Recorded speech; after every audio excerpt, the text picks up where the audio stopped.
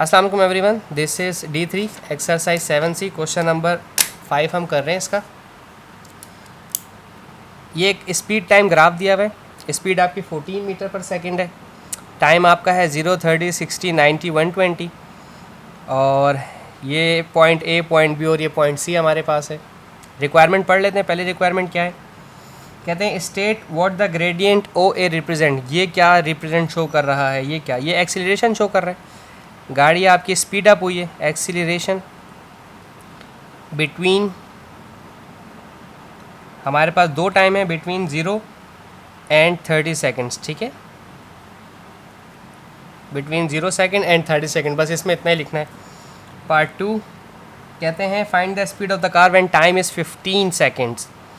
देखें 0 पे तो 0 है, 30 पे 14 है।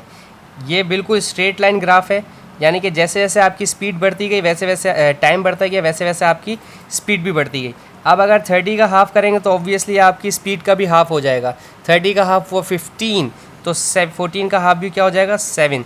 तो आपका जो स्पीड है, कहते हैं find the speed of the car when the time is 15, तो आप स्पीड लिखेंगे, स्पीड इज़